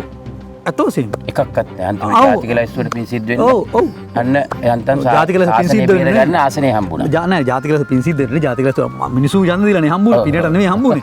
මහජනයා පරිත්‍යාගය. සමා වෙන්න වචන. ඔව් ඒක වැරදි වචනයක්. මහජනයා යම් හුම්කම් දීමක් කරපු නිසා තමයි අපිට ජාතික ලැයිස්තුවක් හම්බුනේ. හරි. දැන් UMP අපි දෙගොල්ලම සමානලා නේ තියෙන්නේ. UMPටත් එකයි අපිට UMPට තාම එකවත් නැහැ. ඇවිත් එන්නවත් බෑ ඒක. එන්න බැරි ඒගොල්ලෝගේ ආන්දර කොහොම හරි මේ අර සාමාන්‍ය වචනකුත් ඒ වලිය බේරගෙන ආවා. හැබැයි තව මාස 6කින් බලාපොරොත්තු වෙනවා ඥානසාර හාමුදුරුවෝ. නෑ එහෙම කතාවක් මොකක්වත් නෑ. මම දන්නේ නැති මම දැක්ක උන්වහන්සේ කියනවා. නෑ එහෙම සාකච්ඡාවක් අපි වෙනම කරමුකෝ. දැන් මේ දේශපාලන සාකච්ඡාවක් කරමුද? නෑ මම කරේ. ආපු හින්දා කිව්වා හරි. ඊළඟට අහන්නකො මොකද්ද ප්‍රශ්න ආවේ? ඔව් අහන්න ඕනේ දැන් හරි දැන් මේ රට දැන් මේ විදියට ගිහිල්ලා කොතරද නතර වෙන්නේ? අපේ හාමුදුරුවනේ අවුරුදු 73ක් මේ කළු සුද්දන්ට බාර දීලා ට්‍රිලියන් ගණන් ණය වෙලා එක මිනිස්සෙක් මේ වෙනකොට මට මගේ මතක හැටියට 2,16,000ක් හරි මේ පොඩි අතදරුවත් ණයයි. මේ පාලකයෝ කියන්නේ මේ පාලකයෝද මුන්ව එලවන්න ඕනේ නැද්ද? නෑ මෙහෙමයි සුදත් මම දකින්නේ පාර්ලිමේන්තුව තුල මේ ක්‍රමයට මේ පාර්ලිමේන්තුවේ ඉන්නේ අපේ සමාජ කොටස්නේ. ඔව්. පැතිකඩ. අපි දන්නවනේ අපේ සමාජ මිනිස්සු. සමහර අය ප්‍රභූවරු සමහර අය සාමාන්‍ය පරම්පරාව වලින් ආපු අය අලුත් අධ්‍යාපනය ලැබලා ආපු අය. මට පොඩ්ඩක් කියන්න ප්‍රභූවරු කියන්නේ කවුද කියලා තනින්. ප්‍රභූවරු කියන්නේ ඔයා දන්නවා සුදත් මේ දේශපාලනයේ තියෙන පවුල් ගස්. දැන් හරි රාජපක්ෂ පවුල් ගහ. හැම දිස්ත්‍රික්කෙම බණ්ඩාරනායක පවුල් ගහ. හැම දිස්ත්‍රික්කෙම මහා පරිමාණ බණ්ඩාරනායක තරම් ලොකු පවුල් නොවුනත් එක්තරා දුරකට ඒගොල්ලන්ට දේශපාලන උරුමයකින් ආපු අයත් ඉන්නවනේ. ඒගොල්ලන්ට කියනවා අපි ප්‍රභූ දේශපාලන. ඒ කියන්නේ මහත්තයා එක්ක දේශපාලනේ හිටියා. එහෙම නැත්නම් මහත්තයා හිටියා. එහෙම නැත්නම් තමන්ගේ සීයා හිටියා. සීනිකෝ න්‍යාය හිටියා. එහෙම දේශපාලන ඒ වගේ පිරිසක් මෙතන සෑහෙන පිරිසක් ඉන්නවා. දේශපාලන උරුමයක් හැටියට පාර්ලිමේන්තු එකට නැහැ. දැන් දිනේෂ් ගුණවර්ධන මහත්තයා ගත්තොත් එයාගේ පුතත් ඉන්නවා. ඒක දේශපාලන උරුමයක් නේ ඒක පිලිප් ගුණවර්ධන කියන උරුමයක්. ඒ වගේ දේශපාලන තුළ උරුමකාරයෝ. ඒ වගේම අපි වගේ සාමාන්‍ය අධ්‍යාපනය ලැබලා ගියපු කෙනෙක් ගොඩක් ඉන්නවනේ. ඒතකොට අපේ සමාජයේ පැතිකඩ. එතකොට මේ කණ්ඩායම අතර මට තේරෙන විදිහට යම් කිසි දේශපාලන නායකත්වයක් හරියට දෙනවනම් මෙතන ගුණාත්මක මිනිස්සු ඉන්නවා. යමක් තේරුම් ගන්න පුළුවන් ඉංග්‍රීසි අධ්‍යාපනයක් තියෙන මේ සේරම SSC පාස් නැහැ හොරු ඉන්නේ. එහෙමනේ අපි කියන්නේ. එහෙම නෙමෙයි මෙතන ඉන්නවා සබුද්ධික පිරිසක්. දැනුග අපේ සමාජෙ හිටපු සෑහෙන දැනුගත් රටරත් අදහසක් තියෙන පිරිසක් ඉන්නවා. හැබැයි ඒගොල්ලොත් yes sir කියනවා අන්තිමට. නෑ ඒක වෙන්නේ සුදත් හැමෝටම ගියාට පස්සේ කර කියා ගන්න දෙයක් නැති වෙනවා. එහෙනම් තමන් මං කියන්නේ ඒක මෙතන අමුද්‍රව්‍ය තියෙනවා. මෙතන ප්‍රශ්නේ තියෙන ලීඩර්ෂිප් එකේ ප්‍රශ්නයක් තියෙන්නේ. ඔව් ලීඩර්ෂිප් එකේ තමයි අපේ 73ෙම තියෙන්නේ. ඔව් අවුරුදු හරියටම හරි. 73ෙම තියෙන ඕනකම තියෙන මිනිස්සු හැමදාම හිටියේ. සමායන අපේ හන්දේ මට පොඩි ක්‍රෙඩිට් එකක් තියෙනවා සිරිමා බණ්ඩාරනායක මැතිණිය ගැන. දැන් මැතිණිය ගැන ගත්තත් මම දකින්නේ ක්‍රෙඩිට් එකක් ඉතින් අපි සාපේක්ෂව දෙන්න පුළුවන්. නම් මේ රටේ අපට අවශ්‍ය දේ උනේ නැහැනේ. අපේ රටේ ඉඩම් වල අයිතිය ගත්තොත් අපි රජයට ගත්තා කියලා නිලධාරීන් අතරනේ ගත්තේ. සාධාරණ ඉඩම් බෙදීමක් සිද්ධ වුණේ අපේ රටේ තියෙන සංස්කෘතික ප්‍රශ්න විසඳුනේ කවුරුවත් අතින් ගුණේ නැති හන්දනේ ප්‍රශ්නේ තියෙන්නේ. ඒ කියන්නේ අපට නිදහසෙන් පස්සේ මේ සිස්ටම් චේන්ජ් එකකට අවශ්‍ය දේ හැම ලෝක රටකම වුණා මේ අවුරුදු 70. අපේ රටේ ඒ අවුරුදු 70 තුළ ඒ සිස්ටම් චේන්ජ් එක නැත්තම් පූර්ණ සමාජ වෙනසක් නූතන ලෝකයට ගැලපෙන ඒ කියන්නේ මම කියන්නේ මෙහෙමයි. යම් කිසි නායකයෙක් ඇවිල්ලා අලුත් ආකෘතියක් හැදුවම ඒක යනවා ඊළඟ එකනට කරන්න දෙයක් නැහැ. අනිවාර්යයෙන්. එක්කෙනෙක් ඇවිල්ලා අවුරුදු 5ක් හරියට ව්‍යවස්ථාව හදලා ජාතික ප්‍රතිපත්තියක් හදලා ඒක තහවුරු කරාම ඊළඟ කෙනාට සිද්ධ වෙන එක කරන්න. දැන් අපේ පන්සල ගත්තොත් අපේ පන්සලෙම විනයක් හදලා උදේ බුදුන් ඇඳලා එතකොට වළඳන වෙලාව හරියට හදලා පිරිසිදුකම හරියට හදලා එතන ඒක හැදුවම ගෝලයා එක ඉබේම වෙනවා. ඒ වගේ රටක් ඇතුලේ ගත්තොත් රටේ වෙලා තියෙන්නේ අපේ ව්‍යවස්ථාව අවුලා. තාම ඒක අපි විසඳ කරන්නේ. හරි අපේ රටේ පරිපාලන සේවය අවුලා. අපේ රටේ අධිකරණ සේවාව අවුලා. මෙන්න මේ අවුල සිස්ටම් එකයි ලියන්න ඕන අපි. 73ක් මොකුත්ම කරගෙන නැහැ. එකම දේ ණය වෙච්ච එක විතරයි. නෑ එහෙම කියන්න බෑ. අපි ගොඩක් හොඳ දේවලුත් කරන් තියෙනවා. උදාහරණයකට ගත්තොත් සාපේක්ෂවනේ. නෑ සැලකිය යුතු මට්ටමින් අපේ රටේ වගේ ආර්ථික ප්‍රවණතා තියෙන රටවල් අතර අපේ අධ්‍යාපනය මොන වුණත් අධ්‍යාපනය අපේ පැත්තේ සෞඛ්‍ය අපේ චීනය ඇමරිකාව වගේ රටවල මෙහෙම නිදහස් සෞඛ්‍යයක් නැහැ. ස්පිරිතාල ටික දැන් පිරිසිදුව තියෙනවා. ඉතින් අපේ ඒවා නිකම්ම ආපුවා නේ ගුණාත්මක මිනිස්සු මොන වුණත් වාමාංශික ව්‍යාපාර නිසා තමයි සුබ සාධන දේවල් අපේ රටට ලැබුණේ. ඉතින් ඒ හන්ද අධ්‍යාපනයේ කන්නංගර මහත්තයා වගේ කරපු දේවල් නිසා තමයි අපි වගේ රට අධ්‍යාපනය ලැබලා උඩට යන්න පුළුවන් වුණේ. ඉතින් ඒ නිසා මෙතන ගුණාත්මක දේවල් කරපු අය ඉන්නවා. CP ද සිල්ලා වැව් ටික හදන්න උනන්දුනා මතවාදයක් ඇති. ඉතිහාසය කිව්ව හැකි හැමදුන්නේ. වර්තමානයේ කියන්නකෝ. නෑ වර්තමානයේ ඉතිහාසය දැන් ඔයා කිව්වේ නැහැ කියලා 70ටම නැහැ කොනේ මං කියන්නේ. ඉතින් අර මෙහෙම විනාශකාරී මෙච්චර ලොකු දෙයක් පේනකොට හාමුදුරු පොඩි අර නෑ පොඩි දේවල් ඒවා පොඩි දේවල් නෙවෙයි. රටක් ලෝකයක් හැටියට බලද්දි පොඩි දේවල් අපේ හාමුදුරු. නෑ පොඩි දේවල් කියලා කියන්න එපා. එහෙම කියන්න එපා. ඒවා විශාල ජයග්‍රහණ අපි ලබා ගත්තා අපේ රටක් විදිහට. හැබැයි අපි සමස්තයක් විදිහට හැටියට ගත්තොත් අපිට තෘප්තිමත් වෙන්න බෑ. අපේ රට තියෙන්න ඕන තැන නෙමෙයි තියෙන්නේ. අන්න ඒකයි මම මේක පිළිගන්නවා. සුදත් මම ඒක සම්පූර්ණයෙන් පිළිගන්නවා. මෙන්න මෙහෙ උඩ තියෙන්න ඕනේ අපි ලෝකේ ණයබරිත රටක් පරිසර විශාල විනාශයක් සිද්ධ වෙනවා. මිනිසුන්ගේ දරිද්‍රතාවය වැඩි, බේබදුකම වැඩි, සංස්කෘතික වශයෙන් කඩාවැටිච්ච ජාතියක්. අන්තිම අගාධයට අද අපි වැටලා තියෙනවා මේ වෙනකොට. ඔව්. 73න් අපි වැටිච්ච නරකම අගාධේ දැන් ඉන්නේ. අවුරුදු 30ක යුද්ධයකට පටලැවුණා හැමදාම මිනී මැරුණා. දැන් අපි මේකෙන් ගොඩ එීම සඳහා අපි මේ උත්සාහය කරන්නේ නැත්තම් මම හිතන්නේ අපෙන් පස්සේ පරම්පරාවට මේක කරන්න තරම් විඥානයක් තියෙයි කියලා මම හිතන්නේ. ඔව් අනිවාර්යයෙන්. අපි මේක මොකක් හරි කරලා දීලා යන්න ඕන. අපි නැත්තම් මේ දේශපාලනය කරලා පාර්ලිමේන්තුවේ ඉන්න එකේ තීරමකුත් නැත්තම් හාමුදුරනේ සමාවෙන්න මේ හාමුදුරුවොත් එක්ක මේ වගේ වචන කීම සම්බන්ධයෙන් මට හරි කේන්තියක් තියෙනවා. මගේ බ්ලඩ් එක පොඩ්ඩක් රත් වෙන හැම වෙලාවෙම. මගේ ප්‍රාර්ථනාව එහෙම කරලා ගියොත් අනාගත පරම්පරාවට අර හාමුදුරුව අහලා තියනවාද අර විනෝදාංශය සඳහා අලි මැරුවා කියලා සුද්දෙක්. අලි 1000 ගානක් දුකද මරලා තියනවා කියලා 1000 ගණන් නේ මේ රටේ අලි 25000 30000 මැරුවා. ඒක කියන්නේ අර එච්චරයි කියමුකෝ. ඒ සොහොන්නට අදත් අවුරුද්දකට නෝරදවාම හින ගහනවා. ඉතින් මං කියන්න යන දේ ওই ටික තමයි අනිත් අයටත් කියන්න යන්නේ අපේ හාමුදුරුවෝ. හාමුදුරුවෝත් කරේ නැත්තම් ඒ ටික වෙන්න ඕන අපේ හාමුදුරුවනේ. ඒ කියන්නේ මේ මිනිස්සුන්ට කන්නේ නැහැ. ඉස්කෝලේ අපේ හාමුදුරුවෝ නිදාස් අධ්‍යාපන ඉස්කෝලේ බංකු උඩ කුඩේ තියාගෙන මේක ඇතුලේ කුඩේ තියාගෙන විභාග ලියනවා. ඒ සතුටු නැහැ කිත අපේ හාමුදුරුවෝ. නෑ මෙහෙමයි සුදත් විශේෂ දේවල් අරන් අපි මම කියන්නේ ඕවා අතිශෝක්ති. ලංකාවේ බොරු කියලා දෙයක් නෑ බොරු ඔය අහන්නකො මේක දැන් ඔය ප්‍රශ්නේ ඔයානේ මගේ බොරු නෙවෙයි 10%ක විතර ජනතාවක් අන්ත දරිද්‍රතාවේ ඉන්නේ. ඒ කියන්නේ කිසි ප්‍රශ්නයක් නෑ ලංකාවේ. මම කියන්නේ ඒක 20% තරම් තත්ත්වයක්. ඔය ඕක නෙමෙයි ප්‍රශ්නය. කුඩියක් ඉස්කෝලේ දාන් ඉන්න එක මේ ආණ්ඩුවට මං හිතන්නේ සතියක විසඳන්න පුළුවන් ප්‍රශ්නයක්. ඒව නේ ප්‍රශ්න. ඔය වගේ ඒවා ලෝකේ මහා දියුණු රටවලක් තියෙනවා. ඒක නෙමෙයි අපි ඉලක්ක කරන්න ඕනේ ඒක නෙවෙයි. මේ පාරවල් රට ගමේ පාරක් නැහැ, බෝක්කුවක් නැහැ, ඉස්කෝලේට වහලක් නැහැ. ওই වගේ ඒවා නෙමෙයි. එහෙම ඒවා මහා ප්‍රශ්න නෙවෙයි ලංකාවේ. ඒ වගේ ඒවා මේ වීදම් කරන සල්ලි වල හැටියට අපිට හරි ලේසියෙන් විසඳන්න පුළුවන්. වැසිකිළියක් නැහැ. වැසිකිළිය හදලා දෙන්න තරම් අමාරු රටක් නෙවෙයි අපි. ප්‍රශ්නේ තියෙන අපි යෝධ ණය බරක ඉන්න රට. හරිද? යෝධ ණය බරක ඉන්න රට. අපේ රටේ මහ පොළොව හොඳටම ඇති අපට ශක්තිය නැගිටින්න. අපි මේ පොළව මම දැන් සරලව කියන්නම්. දැන් සුදත් අහන්නේ මගෙන් මේ දුප්පත්කම ගැන. ඒතර කොරෝනා වෛරසයකුත් තියෙනවා. රටේ ආර්ථිකය වැටිලා කියනවා. සංචාරකයෝ එන්නේ නැහැ කියනවා. ඔය සියල්ල මැද අපිට නැගිටින්න පුළුවන්. හරි? හෝටල් සංචාරකයෝ එන්නේ නැත්නම් හෝටල් කට්ටියටයි ඒකේ වටේ හිටිය මිනිසුන්ට අමාරුයි. ඇත්ත රට ඇතුළට ජාතික වශයෙන් සල්ලි ඇවිල්ලා නැති එක ඇත්ත. හැබැයි එහෙම වුණාට මගේ දැන් තියෙන අත්හදා බැලීම මගේ දැනුම අරුම් බැලුවොත් අපේ රට කිසිම වසක් විසක් නැතුව කිසිම කිරිපිටි හෝ වෙන කිසිම ආහාරයක් පිටරටින් ගෙනන්නේ නැතුව කෝටි 2කට නෙවෙයි කෝටි 4කට කන්න දෙන්න පුළුවන් අවුරුදු 3කින් පිළිගන්නවා. අනිවාර්යෙන් පිළිගන්නවා. එතකොට ඒක ඔයා පිළිගත්තට වැඩ නැහැ. මාධ්‍යවේදියෙක්නේ. මේ රටේ වගකිය යුතු නිලධාරීන් පිළිගන්නේ නැහැ. ඔව්. ඒ කියන්නේ ඒගොල්ලෝ කියන්නේ කෘමිනාශක නැත්තම් කරන්න බෑ, වස නැත්තම් කරන්න බෑ, උ ගහන්න ඕන. මේ තාක්ෂණය නැහැ අපිට ওই පරණ මම කියන්නේ පාරම්පරික ගොවිතැන නෙවෙයි. අපේ රටේ මේ වගේ කොරෝනා මම කියන්නේ මේ අපි හදන්න ඕන ආර්ථිකය කොරෝනා ආර්ථිකය. ලෝකෙම බලගතු රටවලට මේක ප්‍රශ්නයක් වුණාට අපි වගේ රටවලට ප්‍රශ්නයක් නෙවෙයි. දැන් සිංගප්පූරු වගේ රටවලට සංචාරකයෝ වෙන්නේ නැත්තම් තෙල් ගහන්න ඉන්නේ නැත්තම් ඒ රට ඉවරයි.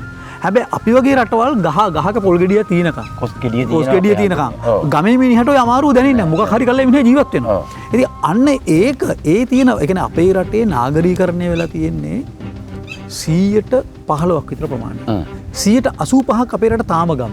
අපි තාමත් අවිස්සාවලට ගියොත් අපි තාමත් කඩුවල ඇතුළට ගියොත් මේ කොළඹ දිස්ත්‍රික්කෙම ගම. ඉතින් මේ කොල්ලු පිටියයි බම්බල පිටියයි වැල්ලවත්තයි දෙහිවල ওই ටික තමයි මේ නාගරීකරණය වෙලා තියෙන්නේ. මේක මුළු රටම ගමක් වගේ ප්‍රදේශයක්. මහරගමින් එහාට පැනනම් මේ රට ගම. එතකොට ඔව්. මහරජ ගමක්. ඉතින් ඒ වගේ අපිට මේ රට ගොඩ ගන්න පුළුවන් මේ කොරෝනා වෛරස් එක යටතේ ඒකට අවශ්‍ය ආර්ථික සැලැස්මයි අපි හදන්න ඕන. ඒ ආර්ථික සැලැස්මේ පළවෙනි එක තමයි හැම බිම්මගලක්ම හැම තැනක්ම වගා කරන එක. දැන් අපි මේ වගාව ගලවලා තියෙන මේ දවස්වල දැන් ගිය පාරේ හොඳට තිබ්බා. දැන් අපි ආපහු ඉත්තවුත් කැව කරදරයක් තුන නමුත් ඉත්තව අල්ලගන්න හැදුවේ එකත් අල්ලගන්න බැරුණා වනජීවක රච්චු ඒගොල්ලත් අල්ලගන්න බැරුණා. ඉතින් අපි සෑහෙන අමාරු තත්වයකට මුහුණ දුන්නා. නමුත් දැන් අපි අලුතෙන් සුදත්ත තව මාසයක් කියලා මම ආරාධනා කරන්න මේ වත්ත සම්පූර්ණයෙන්ම අපි වගා කරනවා. මොකද මම අතන අපි සූදානම් කරලා තියෙන වගා කරනවා. අපේ හාමුදුරන්ට ඒ බලයේ ජවයේ ශක්තිය තියෙනවනේ. මං කියන්නේ දැන් හාමුදුරුවෝයි මායි කතා කරනවා. මේවා කරනවා කියන. ඉතින් මේ ප්‍රතිපත්තියක් හැටියට මේ ලොක්කෝ කරන්නේ නෑනේ අපේ හාමුදුරුවෝ. ඒ සුදත් ඇත්ත. ලොක්කන්ට කරන්න බලපෑම් කරන එක අපේ වගකීම. කරන්න කියන එක දැන් මමත් උපදෙස් දෙන්න මමත් කතා කරනවා මමත් පාර්ලිමේන්තුවේ බලපෑම් කරනවා. හැබැයි අපිට ලොක්ක කරේ නැතත් මිනිස්සුන්ට සිවිල් ජනතාව ව්‍යාපාරයක් හිත කරන්න දෙන්න. උඹලට ඕන එකක් කරගන්න. උඹලගේ තෙල් පොහොරත් බෙදපන්. අපි තෙල් පොහොර ගන්න නැහැ කියලා විතර ජනතාව සූදානම් කරන්න පුළුවන්. දැන් මං ජනතාවට ඉතා වගකීමෙන් කියනවා අවුරුදු 4ක් යනකොට මේ රටේ ඉඩම් අක්කර ලක්ෂයක් වසවිස නැතුව වගා කළම ජනතාවට වෙන්න. අන්න එදා මට පාලකයෝ ඕනත් නැහැ. උඹලගේ ඇමතිකම් ඕනත් නැහැ. වෙන ජනාධිපති ඕනත් නැහැ. කවුරුවත් ඕනේ නැහැ. මං ඒක තනියෙන් කරනවා. මොකද ඒකට අවශ්‍ය කරන දැක්මයි වැඩ පිළිවෙල මං හදලා ඉවරයි. පාලකන්ට හිතාගන්න බැරිට මකට ම කිවක වැරදි නෑ කිව්ව එක හොඳයි නේ. නෑ ඒකතකොට මේක කරගන්න බැරින මට බලපෑමෙන කීනද? බලපෑමෙන අතවසයෙන් බලපෑමෙන ම මේක කටවරද්ද ගත කියලා හිතනවා. මොකද කටවරද්ද ගත්තේ නෑ අපි. කියන්න මොකද කියනවට මිනිස්සු දැනුවත් වෙනවනේ මෙන්න හරි කමන්නේ ඔන්න රතන හාමුදුරුවෝ නෑ මම කියන්නේ මේක අපට කරන්න පුළුවන් මිනිස්සුන්ගේ ගෙවතු වගා ටික අපි හරියට කරන්න ඕන. දැන් මම මේකට සැලැස්මක් හදලා තියෙනවා. ඊළඟට අපි මේ දුගී දුප්පත් ගම්මාන අපි මේ වෙනකොට සෑහෙන ප්‍රමාණයක් අලුතෙන් ගොඩනගන්න සැලසුමක් හදලා තියෙනවා. අවුරුදු 5ක් යනකොට අපි රජය සහාය ඇතුව හෝ නැතුව පහ දුන්නොත් ඉක්මනින් කරන්න පුළුවන්. මොකක් හයියෙන් කරන්න පුළුවන්. නැති වුණත් අපි අවුරුදු 5ක් යනකොට මම පාර්ලිමේන්තුවේ හිටියත් නැතත් මම මැරුණත් මේක කරන්න පුළුවන් කණ්ඩායමකුත් මම හදනවා. එතකොට දැන් ඒ කණ්ඩායම අපි සූදානම් කරලා තියෙනවා. අපි පැය 24 මේකට මහන්සි වෙනවා. අපට මාධ්‍ය සංදර්ශන අවශ්‍ය නැහැ. මේක දැන් මම වැඩි කියන්න යන කැමතිත් නැහැ. අවුරුදු 5ක් යනකොට මම රටට පොරොන්දු වෙන මෙන්න මෙහෙම. ඊළඟ අවුරුදු 5ේදී මේ කසිකබල් දේශපාලකයන්ට රැවටෙන්නේ නැතුව අපි මේ රටට මඟ පෙනෙන අලුත් ව්‍යාපාරයක්. ඒ කියන්නේ අපට පාර්ලිමේන්තුවේ කෙලින් කටින් ආසන 20ක් ගන්න පුළුවන් නම් ඔය කොච්චර බලගත් උනත් ජනාධිපතිවරයා හසුරවන්න පුළුවන්. ඔය ඉතින් ගන්න බැරි වුණා නේ. නෑ ඒ ගන්නත් ඒක තමයි මම කියන්නේ අවුරුදු 5කින් එකට නෙමෙයි කිව්වේ. අපි බිමේ හරියට සංවිධානය වෙන දැක්මක් අපිට තිබුණේ නෑ.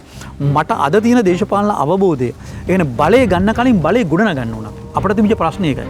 දේශපාලන දේශන කළා වැඩන්නේ නැහැ. මතවාද කතා කළා නෑ.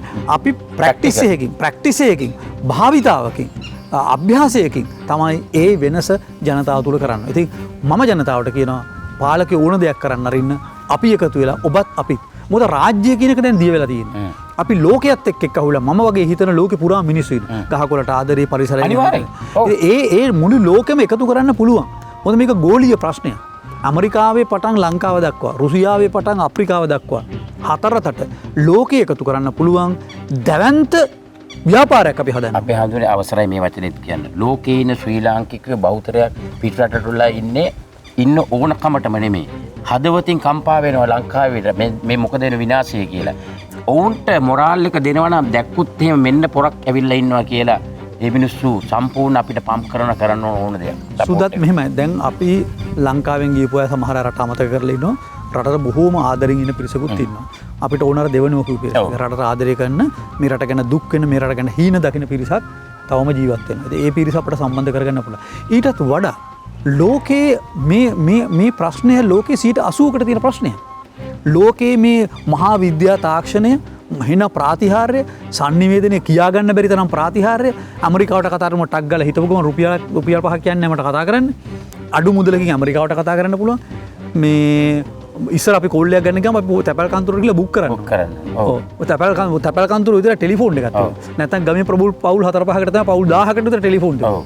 නමුත් අද වෙනකොට හැමෝම ළඟ 1-2 ෆෝන් දෙකකුත් තියෙනවා. එතකොට ලෝකයේ අද විශාල වශයෙන් ලෝකයේ විද්‍යා තාක්ෂණය දියුණු වෙලා තියෙනවා. හැබැයි මිනිසුන්ගේ තත්ත්වය මොකද්ද?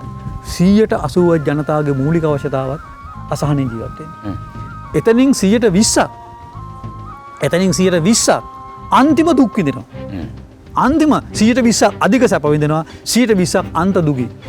කෝටි 100ක් වතුර සහ කන්න ආහාර නැතුව මැරෙනවා. එවැනි ලෝකයක අපි ඉතින් මේ විද්‍යා තාක්ෂණික ප්‍රාතිහාර වලට කරන්න දෙයක් නැහැ. අද අවශ්‍ය වෙලා තියෙන හදවතක්. මේ බඩු භාණ්ඩ මේ දැනුම මිනිස්සුන්ගේ ඥාණයෙන් සොයාගත දේවල් ඕනවටත් වැඩි. මේක පාවිච්චි කළා අපට නැත්තේ මනුෂ්‍යත්වයේ අනුන් ගැන හිතීමයි. මොකද මිනිසුන්ගේ මෙතන තියෙන ඇත්ත වශයෙන්ම ධර්මයේ පිළිබඳ ප්‍රශ්නයක්. ආත්මාර්ථකාමීකම පිළිබඳ ප්‍රශ්නයක්. මගේ පුතා එංගලන්තයට යවා ගන්න, මගේ පුතා ඇමරිකාවට යවා ගන්න, මමත්වේ මම හිටියොත් ඇති, මගේ හිටිය මට ලෝකෙට මොනවා හරි උනක් කමක් නැහැ කියලා හිතන ප්‍රභූවරුන්ට ලං වෙලා මගේ ඌමනාව ඉෂ්ට කරගන්න හිතන මිසක් මේ ලෝකයට පණිවිඩයක් දෙන්න, ලෝකයේ සුවපත් කරන්න ඒගොල්ලන්ට අදහසක් නැහැ. හොඳයි. Bellows Men in Black. කැරටින් සත්කාරය සමගින් හිසකෙස් වලට ස්වාභාවික කළුපෑය. Bellows Men in Black. හැමදාම තරුණ පිරිමින්ට.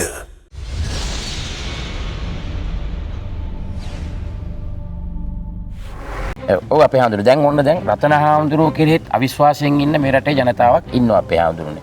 හැබැයි මම හිතනවා ඔය දැන් ඒ රතන හාමුදුරුවෝ ඉවරයි. ඒ චැප්ටර් ඉවර කියමුකෝ. මේ අලුත ආපු රතන හාමුදුරුවෝ මේ අවුරුදු තව පාර්ලිමේන්තුව කොච්චර කල් තියෙනවද අපේ හාමුදුරනේ? සීට් එකේ ඉන්න අවුරුදු 4ක් විතර තියෙනවනේ. ඕක ඉවර වෙනකොට අර අසුභවාදී බලපු කට්ටියට කියන්න පුළුවන් වෙන්න ඕන ඔන්න රතන හාමුදුරුවෝ මෙන්න කොල්ලන්ට කෙල්ලන්ට අපේ අනාගත පරම්පරාව බාරගන්න රට බාරගන්න ඉන්න කොල්ලෝ කෙල්ලන්ට දැනෙන්න ඕන රතන හාමුදුරුවෝ කියන්නේ මාර පොර. කියන්නේ කොල්ලන්ගේ වචන වලින්. මෙන්න වැඩ කරන මිනිස්සෙක්. අන්න ලීඩර්ෂිප් එකක් හම්බ වෙයි. ඒකට උත්තරයක් මම හිතනවා මිනිස්සුන්ගේ අභිලාෂ ඉෂ්ට කරන්න අතිශය කැපකිරීමක්ම කළා. උදාහරණයකට ගත්තොත් මම පාවිච්චි කරන්නේ සෙකන්ඩ් හෑන්ඩ් කාර් එකක්. මම හැම මාසෙම රුපියල් ලක්ෂයක් ගෙවනවා. මට වාහනයක් නෑ. රෙන්ට් එකටද දුවන්නේ? මේක රෙන්ට් එකට නෙමෙයි. ෆිනාන්ස් කරලා දුවන වාහනයක් දුවන. එතකොට මෙතන පන්සලක් හදලා තියෙන එක මගේ පන්සලක් නෙවෙයි. ඒක සාංගික දේපොළ. මට මේවා කාටවත් පුජ්‍යලිකව ලියන්න බෑ. මම මරුණා මගේ ශිෂ්‍යයෙක් හරි නිකායට හරි තමයි මේ පන්සල අයිති වෙන්නේ. ඒක තමයි කරපු එකම දේ හැටියට කියන්න පුළුවන්. ඒකත් පුජ්‍යලික දෙයක් නෙවෙයි පොදු දෙයක්. මම හදන්නේ මෙතන අධ්‍යාපන ආයතනනේ හදලා තියෙන්නේ. දැනුත් මේ ශාලාවේ 10 ගාණක් ඉගෙන ගන්නවා. දැන් කොරෝනා නිසා නැත්තේ. ඉතින් මට ජනතාවට කියන මම සෑහෙන මගේ ජීවිතයේ දේශපාලන පර්යේෂණය. මුලින් තනියම හැදුවා. කැරලිකාර ව්‍යාපාර හදන්න හැදුවා. ඊට පස්සේ සංවිධානාත්මක සම්ප්‍රදායක අලුත් පක්ෂ හදන්න හැදුවා. ඊට පස්සේ ප්‍රධාන පක්ෂ දහරා දෙකේමත් හදා බැලීම් කරා. මම හිතන්නේ දැන් මගේ අත්දැකීම තමයි අපි බිම තුල මිනිස්සු හදන්න ඕන. විශේෂයෙන්ම බුදුහාමුදුරුවන්ගේ ධර්මය මිනිසුන්ගෙන් 1000කට එක්කෙනෙක් ධර්මය දන්නේ නැහැ. මොකද මිනිසුන්ට ආධ්‍යාත්මයක් නැතිකම තමයි මට දැන් පළවෙනි ප්‍රශ්නේ. මිනිසුන්ට හොඳ නරක විනිශ්චය කරගන්න බෑ. ඒකනේ මේ ප්‍රශ්නේ. ඡන්දවලදීත් වෙන්නේ ඒකනේ. ඉතින් ඒක හන්ද මම දකින්නේ අපට අඩු ගානේ ලක්ෂ 5ක් ධර්මයට හදන්න පුළුවන්. බුද්ධ ධර්මයේ දන්න ලක්ෂ 5ක් හදන්න පුළුවන්. සිහි කල්පනාව තියෙන ලක්ෂ 5ක් හදන්න පුළුවන්. ඒ හදන්න පුළුවන් පණිවිඩය තියෙනවා. ඒක දෙන්න කෙනෙක් නැහැ. මම හිතනවා මම බෞද්ධ ගුරුවරයෙක් හැටියට ඒ පණිවිඩය හරහා මම මෙතන පුහුණු වැඩසටහන් පටන් ගන්න තියෙනවා. ආධ්‍යාත්මිකව මිනිස්සු වෙනස් කරන්න පුළුවන්. අපි මැරලා යනවා නම් අපේ ජීවිතේ తాවකාලික නම් මම කියලා හිතන මනස මගේ නෙවෙයි නා. ඒකත් මේ සමාජයෙන් හැදී මගේ මනස සමාජීය නිෂ්පාදනයක් නා. මට අයිති දෙයක් නෙවෙයි නා. මමත් මැරලා යනවා නම් මම ලබන්නා වූ වින්දනත් తాවකාලික නා. මේ ලෝකෙට මිනිස්සු වර්ගයාට සබාදහමට යහපතක් කළා අපි මැරෙන්නේ. ආකර්ශනීයයි. මේ අපේ ජීවිතේ පවතින ස්වභාව ධර්මයේ තිබුණා.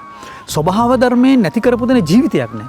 මෙන්න මේ සිතුවිල්ල ගැඹුරෙන් අඩු ගානේ ලක්ෂ 5ක අනුගාමිකව පිරිසක් හදාගන්න පුළුවන් නම් අපිට ලක්ෂ 25ක් ගොඩනගන්න පුළුවන්. ආන්දරන්ට පුළුවන් හරි කියන දේවල් පොළොව මත පැල කර පුළුවන් අපේ හාමුදුරුවෝ. පැල කරන්න මහන්සි කරන් තියෙන අත්දැක බැලීම වල. ඔයා සුදත් දන්නේ මගේ ටිකයිනේ. මම ටික දන්න ටිකේ මම ඒකට අධ්‍යාපන කඳුරු දීලා තියෙනවා. දින 7 කතා කරලා තියෙනවා. භාවනා වැඩතරම් කරලා තියෙනවා. මම දැක්ක අපේ හාමුදුරුවෝ දැක්කේ මම දැක්කේ මාවිල්ලාරු. ඒවා පොඩි සරල ඒවා නේ. මම ඒ චරිතෙත් එක්ක සරල නෑ ඒක. නෑ නෑ ඒවා මගේ හැටියට පොඩි දේවල්. ඒවා රට දන්න සිද්ධි. මම කියන්නේ මේ නොදන්න සිද්ධිනේ කියන්නේ. ඒතකොට ඒ වගේ අපිට බෞද්ධ දර්ශනයේ හරයෙන් පණ පෙවිච්ච ඒක මුස්ලිම්ලාට විරුද්ධත් නැහැ දෙමළාට විරුද්ධත් නැහැ. මගේ ජීවිතයේ දිහා බලලා මා දිහා බලලා මම වෙනස් වෙමින් ලෝකේ වෙනස් කිරීමකට තන පළවෙනි එක. දෙවෙනි එක තමයි රට ගැන ආදරයක් ඇති කිරීම. පරාර්ථයට මිනිස්සු යොමු කිරීම. ඊළඟට රට හදන වැඩපිළිවෙලක් කතාවෙන් විතරක් නෙවෙයි ක්‍රියාවෙන් මහ පොළොවේ යම් පමණකට මම කියන්නේ 10%ක් කරොත් ඇති අපි. අන්න ඒ ටික කරන්න සැලැස්මක් තියෙනවා. ඒ හින්දා රටට අවශ්‍ය ඉදිරි කාලය තුල මට කියන්න පුළුවන් මම කියලානේ කියන්න ඕනේ. මම කියන දේ අපි කියමු. සුදතුත් ඉන්නේ එතකොට. මම කොහොමත් ඉන්නවා සුභවාදී තැන අපේ ආරන්නේ. අපි එකතු වෙලා ඒ අවශ්‍ය දේශපාලන නායකත්වය දෙනවයි කියන එක විශ්වාසනීයව ජනතාවට කරනවා. අපි ඒ ලැබපු සියලු අත්දැකීම් පරාජිත අත්දැකීම් ජයග්‍රාහී අත්දැකීම් සියල්ලම අපි අත්දැකීමක් බවට පත් කරගෙන ඒ ජාතියට අවශ්‍ය කරන නායකත්වය අපි සපයන්න සූදානම්. අපේ හාමුදුරනේ මේ වචනේ කියන්න අවසරයි සමා වෙන්න හිත දෙදුණු. ගිය පාරත් මං කියද්දි පොඩ්ඩක් කේති ගියා. අනේමනේ. ඔව් හරි මේක අර මේ කියන්නම ඕන. ගිය පාර වැඩසටහන අවසන් කරේ මං රතන අර බලාපොරොත්තු තියන් හිටියන මිනිස්සු රතන ඔබ කොතන අපි තාම මෙතන. ඒ මිනිස්සුන්ට මෙන්න අද කියන්න පුළුවන් ඊට අවුරුදු 4කින් උඹලා මට කිව්වනේ රතන ඔබ කොතන කියලා. ඔන්න මං ඉන්න එතන කියලා මිනිස්සුන්ට දැනේවි. වචන සැර නැහැ නේද අපේ? කිසිම සැරක් නෑ. ඔක මට විහිළුවක් වගේ. ඔව්. අපි වගේ සමාජ ව්‍යාපාර ගොඩනගන්න හදපු මිනිස්සු තමන්ගේ ජීවිතයේ සාර්ථකව අවසන් කරලා තියෙනවා. ජේසුස් වහන්සේ මරණකොට යට අනුගාමිකව 12 හිටියේ. හැබැයි හැංගිච්ච ව්‍යාපාරයක් විදිහට ලෝකයේ අද අඩු ගානේ කෝටි 100ක අනුගාමිකව ඉන්න ආගමක් ඒක. හරිද? බුදුහාමුදුරුවෝ පිරිනවම් පානකොට මම හිතන්නේ කෝටි සංඛ්‍යාත ජනතාවක් ඔකට හිටියේ. ඒක පුංචි ව්‍යාපාරයක්. හැබැයි මුළු ලෝකෙම මුළු ආසියාවෙම වෙලාගත ව්‍යාපාරයක්. තව අවුරුදු 5කින් රතන හාමුදුරුවෝ කොතන හිටියත් මම ආධ්‍යාත්මික මිනිස්සු හදනවා. ඒ මිනිස්සු මම මරුණට පස්සේ මේ ලෝකෙටම අවශ්‍ය පණිවිඩය අරන් යනවා. මම දහම් ගුරුවරයෙක්, මම පොත්පත් ලියන කෙනෙක්. මගේ ආධ්‍යාත්මික පණිවිඩය සමාජගත වෙලා නැහැ. ඒක ඉදිරි මම ලියන පොතම ඇති ලෝකේ දිහා බලන්න. ඒක නිසා රතන හාමුදුරුව කොතන හිටිය කියලා කිව්වොත් මම මරුණට පස්සේ රතන හාමුදුරුවන්ගේ පණිවිඩය මත මට අවශ්‍ය මූමන්ට් එකක් හදන්න. විජේවීර මරුණ ජීවික තියෙනවා. ඔව්. විජේවීරගේ concept එක නෙමෙයි හැබැයි. කන්සෙප්ට් එක නැතුණත් ඒක මොකක් හරි මූමන්ට් එකක් හදලා තියෙනවා. ඔය සාපේක්ෂව ජීවික මොන අඩුපාඩු තුනත් එතන මොකක් හරි දෙයක් තියෙනවා. එතකොට ඒ වගේ ඒගොල්ලන්ට වෙලා තියෙන දේශපාලන තීන්දුව ගන්න බැරි කමයි දැක්ම හදා ගන්න බැරි කම. අපේ හඳු සමාවෙන්න අර පාටලි චම්පික බොහාසිට එක ළඟින් හිට නෑ මම පුජ්‍යලු ගැන කතා කරන්න ඕනේ නෑ නෑ දැක්ම ගැන මං දැක්ම එක මන් දන්නේ මට ඒකේ පුජ්‍යලු ගැන සාතික දෙන්න බෑ. ඒක හන්දා දැන් සුදත් කියව ප්‍රශ්නේ රතන හාමුදුරුවෝ කොතනද? ඔව්. මම නෙමෙයි රට කොතනද කියලා බලන්න. රතන හාමුදුරුවෝ එතන ඉඳි. ඔව් එතන ගෙනින්නද රට එතන? නෑ මට කියන්න බෑ. මට සාතික දෙන්න බෑ. රතන අම්මෝ අවුරුදු 4 රට මාර ෂෝක් තැනකට යනවා. මාර නෙමෙයි සාමාන්‍ය අපිට දැනෙන දේ. මට කියන්න පුළුවන් රට වෙනුවෙන් සුදත් කියන්න පුළුවන්. රට ඉදිරි කාලය තුළ ඉදිරියට ගෙනියන්න පුළුවන් ව්‍යාපාරය. අපි කරන වැඩේ අපිට නිකම් මේ කේතුමති හදනවා කියලා සිහින දෙන්න බෑ. ඒකට මූවමන්ට් එකකට අවශ්‍ය කරන උත්සාහය අපි කරන්නේ. ධර්මපාලතුමා මැරෙනකොට ධර්මපාලතුමා අසාර්ථක නායකයෙක්. අන්තිමට ඉන්දියාවේ මැරුණේ. අසාර්ථක නා. ඔව් හරි හරි ඒ පැත්තෙන් ඔව්. ඔව් ඇත්තටම අසාර්ථක නායකයෙක්. එයා හිරබත් කෑවා කාලයක් ඊට පස්සේ ඉන්දියාවට ගියා. ඇඬු කඳුලි මිය ගිය කෙනෙක්. හැබැයි ඔහු දාපු අත්තිවාරම අපේ ජීවිතේට අදාත් බලපානවා. ධර්මපාලතුමා දැක්ක සිහිනය අධිරාජ්‍යවාදී යුගයේ දැක්ක සිහින අදත් අපි සැබෑ කළා නැහැ. හැබැයි අපි යම් කිසි සටනක් කළා සැබෑ කරනකොට ඒ සටන ඇතුලේ ධර්මපාලතුමාත් ඉන්නවා. මට බැරි වුණත් අනිද්ද දවසේ මේක කරන මිනිහෙකුට එතන රතන හාමුදුරුවෝ ඉන්නවා. අපේ හාමුදුරුවෝ අන්න දැන් පල්ලෙහාට බැස්ස මට බැරි වුණත් කියලා දෙයක් නැහැ. නෑ ඒ සුදත් නේ කියන්නේ.